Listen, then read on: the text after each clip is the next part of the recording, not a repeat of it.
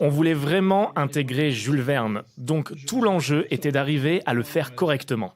Donc on a commencé à développer ça, et l'évolution majeure dans le concept a été de se dire et si on prenait l'histoire de la machine à explorer le temps de H.G. Wells et qu'on l'intégrait aussi dedans.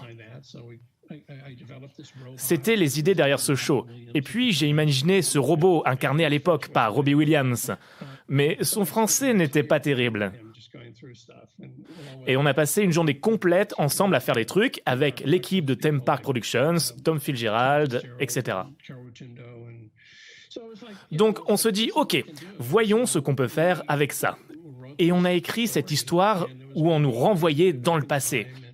Et cette idée de la caméra panoramique, un système à 9 caméras, on l'a transformé en un personnage robot, Nine Nine, qui va capturer les images.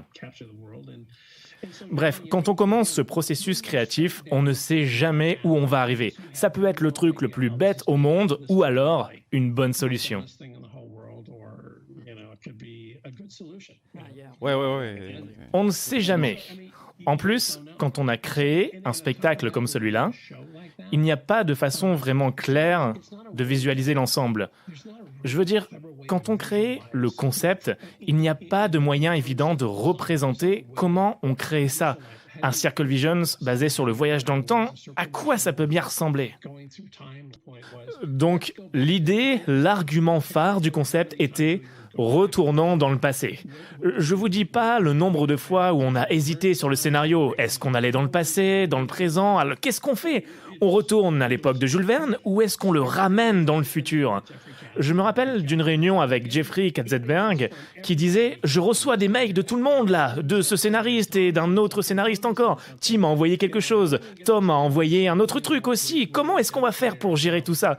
On a fini par se mettre d'accord sur « Ok, on va ramener Jules Verne aujourd'hui. » Et observons-le découvrir le monde qu'il a imaginé à travers ses propres yeux. Et je pense qu'il faut certaines qualités spéciales pour créer ce genre d'histoire. Il faut faire au mieux pour que les liens se fassent, pour créer une cohérence.